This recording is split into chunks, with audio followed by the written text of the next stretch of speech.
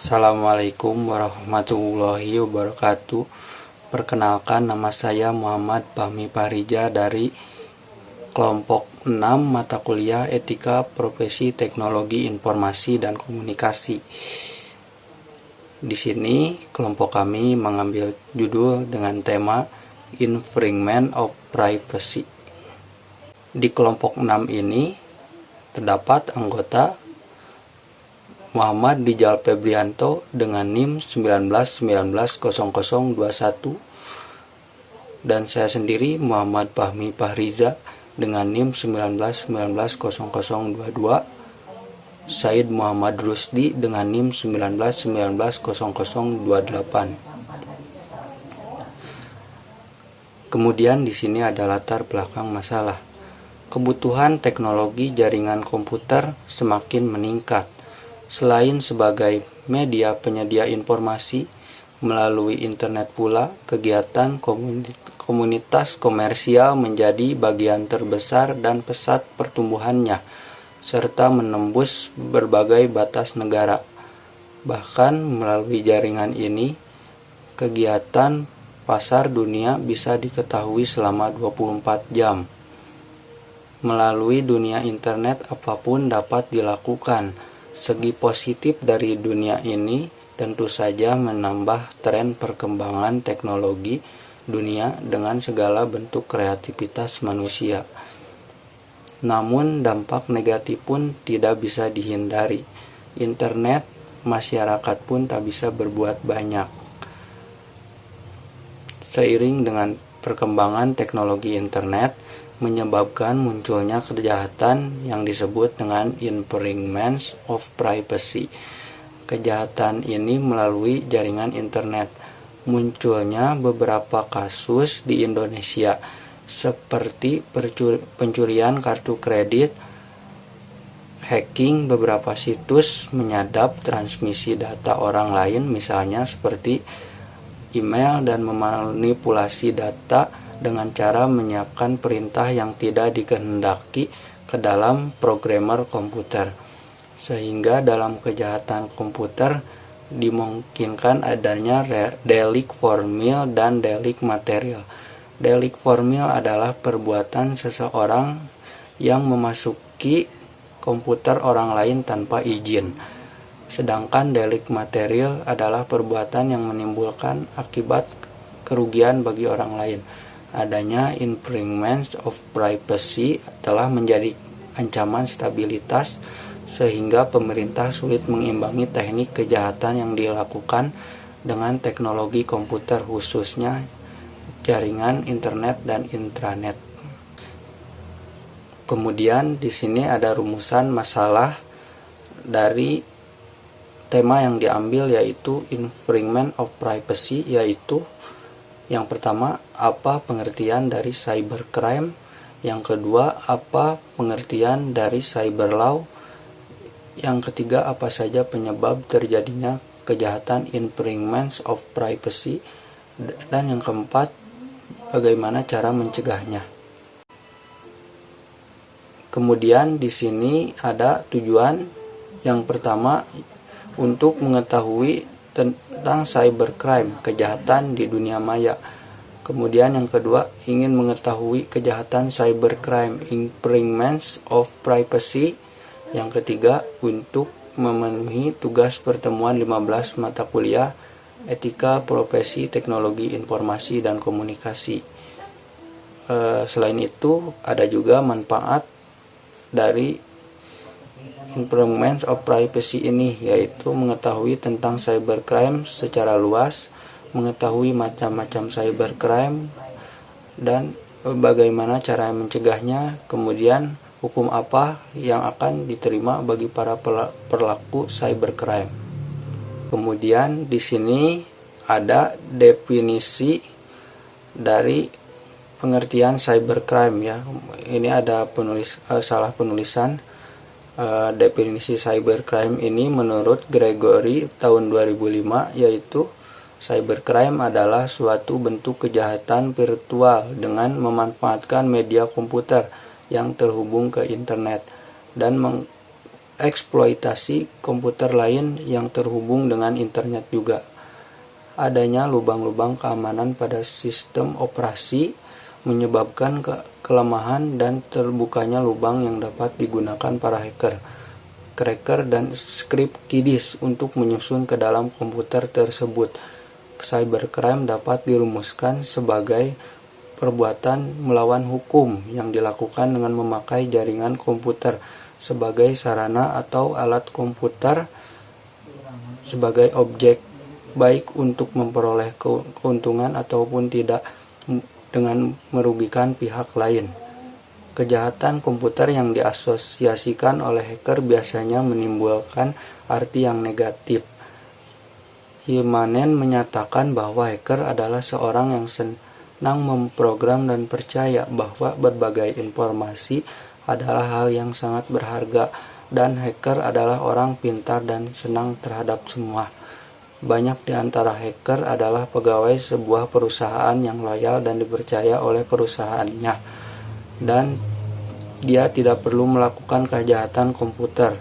Mereka adalah orang-orang yang tergoda pada lubang-lubang yang terdapat pada sistem komputer, sehingga kesempatan merupakan penyebab utama orang-orang tersebut menjadi penjahat cyber. Sekian pemaparan materi yang telah saya sampaikan. Terima kasih. Selanjutnya saya serahkan kepada rekan saya, yaitu Muhammad Rijal Febrianto. Assalamualaikum warahmatullahi wabarakatuh. Selanjutnya saya Muhammad Rijal Febrianto akan melanjutkan presentasi. Nah, istilah yang lain yaitu cracker. Hacker tidaklah sama seperti cracker.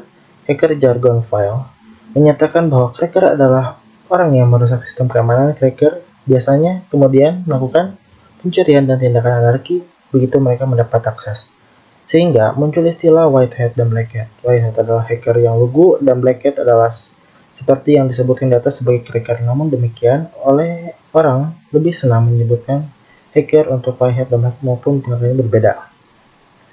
Latar belakang cyberlaw. Cyberlaw erat lekatnya dengan dunia kejahatan. Hal ini juga didukung oleh globalisasi, zaman terus berubah-ubah dan manusia mengikuti perubahan zaman itu. Perubahan itu diikuti oleh dampak positif dan dampak negatif. Ada dua unsur terpenting dalam globalisasi. Pertama, dengan globalisasi manusia dipengaruhi, dan kedua, dengan globalisasi manusia mempengaruhi. Jadi dipengaruhi atau mempengaruhi.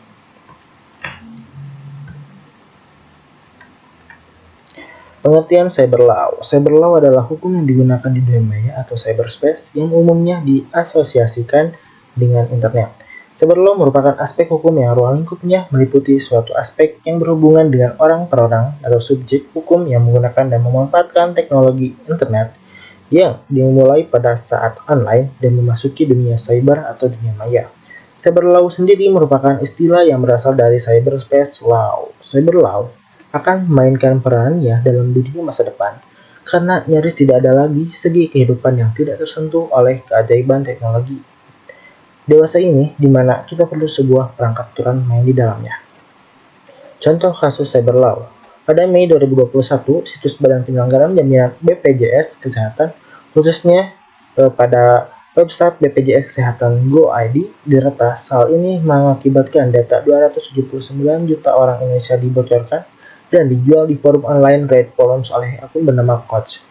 Dataset yang berisi nick, nomor ponsel, email, alamat, dan gaji itu dijual seharga 0,15 Bitcoin atau 84 juta. Untuk mencegah penyebaran data lebih meluas, Kominfo kemudian meminta untuk memutus akses tautan unduhan data pribadi dan memblokir Reddit Forums. Pengertian Infringement of Privacy.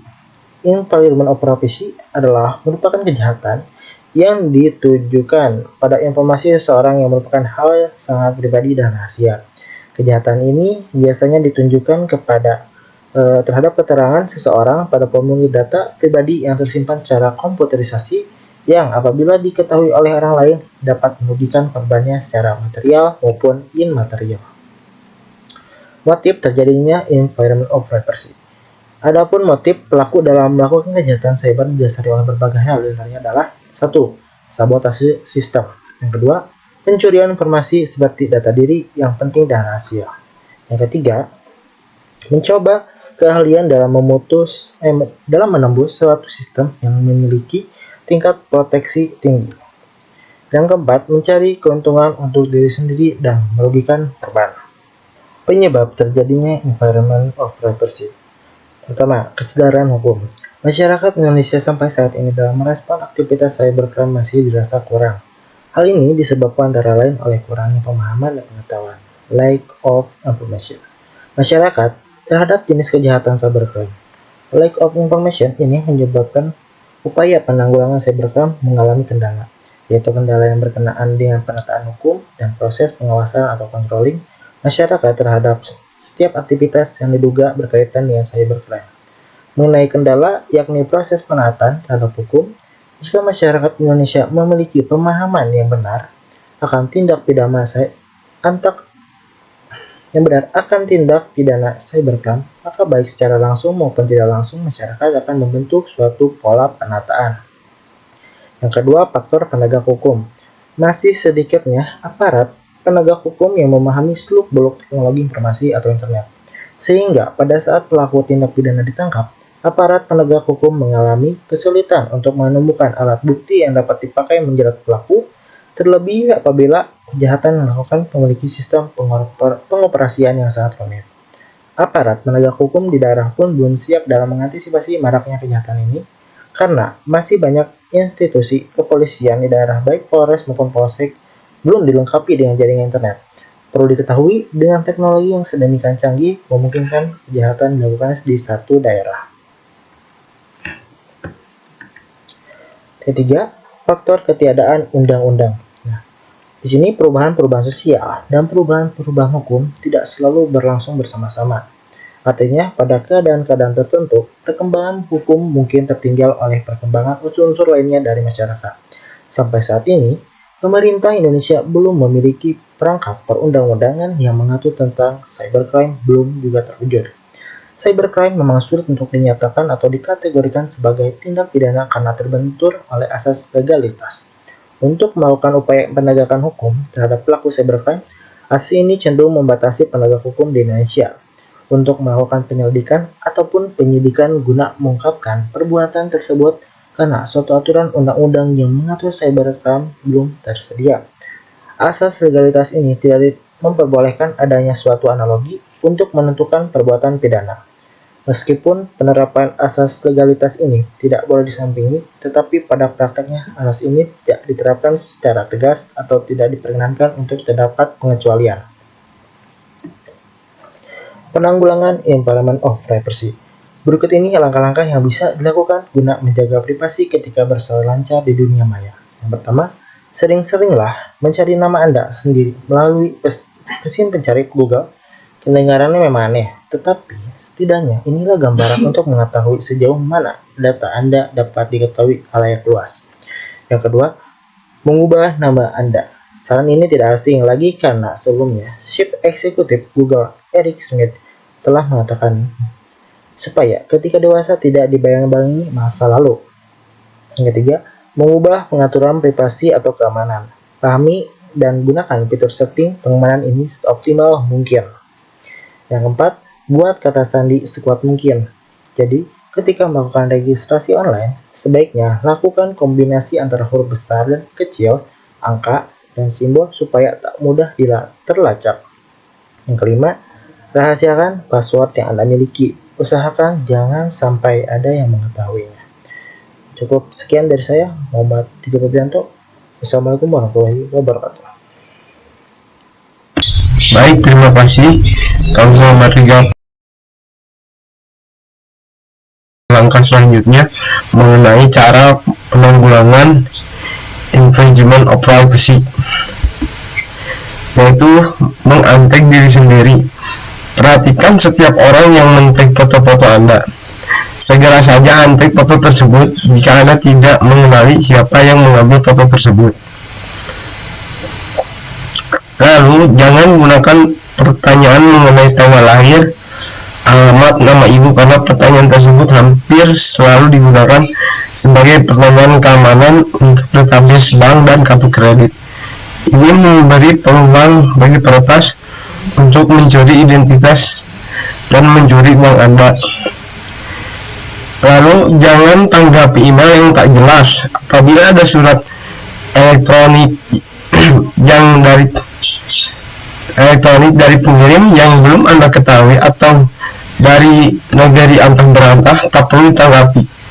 Kalau perlu, jangan dibuka karena bisa saja email tersebut membawa virus atau phishing. Lalu selalu log out. Selalu ingat untuk keluar dari akun Anda, khususnya jika menggunakan komputer di fasilitas umum atau menggunakan perangkat orang lain. Lalu buat kata sandi untuk menggunakan Wi-Fi. Jika tidak, mungkin saja ada penyusup yang masuk ke jaringan Anda. Yang terakhir adalah menggunakan aplikasi Privacy Policy pada komputer untuk blog Anda. Lalu di sini kita lihat ada contoh kasus infringement of privacy. Google telah didenda $22,5 juta Amerika karena melanggar privasi jutaan orang yang menggunakan web developer milik Apple, yaitu Safari. Denda atas Google kecil saja dibandingkan dengan pendapatannya di kuartal kedua. Google selalu setuju untuk membayar denda tadi yang merupakan penalti terbesar yang pernah dijatuhkan atas sebuah perusahaan yang melanggar instruksi PTC. Undang-undang Infringement of Privacy.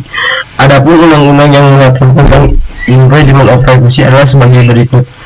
Pasal 26 ayat 1 UU 19/2016, kecuali ditentukan lain oleh peraturan perundang-undangan. Penggunaan setiap informasi melalui media elektronik yang menyangkut data pribadi seseorang harus dilakukan atas persetujuan orang yang bersangkutan. Pasal 30 ayat 3 UU ITE mengatakan setiap orang dengan sengaja atau tanpa hak atau melawan hukum komputer dan atau sistem elektronik dengan cara apapun dengan melanggar, menerobos, melampaui atau menjebol sistem pengamanan atas perbuatannya, mereka dapat dijerat pidana penjara paling lama 8 tahun dan atau denda paling banyak 800 juta rupiah. Dari presentasi kami dapat disimpulkan bahwa kemajuan teknologi mempunyai dampak positif dan negatif. Salah satunya cybercrime merupakan kejahatan yang timbul dari dampak negatif perkembangan aplikasi internet. Sarana yang dipakai tidak hanya komputer melainkan juga teknologi, sehingga yang melakukan kejahatan ini perlu proses belajar. Motif melakukan kejahatan ini di samping karena uang dan juga iseng, kejahatan ini juga bisa timbul dikarenakan ketidakmampuan hukum termasuk aparat dalam menjangkaunya. Kejahatan ini bersifat maya di mana si pelaku tidak tampak secara fisik. Bahwa infringement of privacy adalah suatu kegiatan atau aktivitas untuk mencari dan melihat terhadap keterangan pribadi seseorang yang tersimpan pada formulir data pribadi yang tersimpan secara terkomputerisasi. Adapun saran yang bisa kami berikan adalah untuk menggunakan secara positif dan tidak memanfaatkan perkembangan teknologi internet sebagai bahan yang merugikan orang lain. Mungkin sekian yang dapat kami sampaikan. Kurang lebihnya mohon maaf. Wabillahi taufiq wal hidayah. Assalamualaikum warahmatullahi wabarakatuh.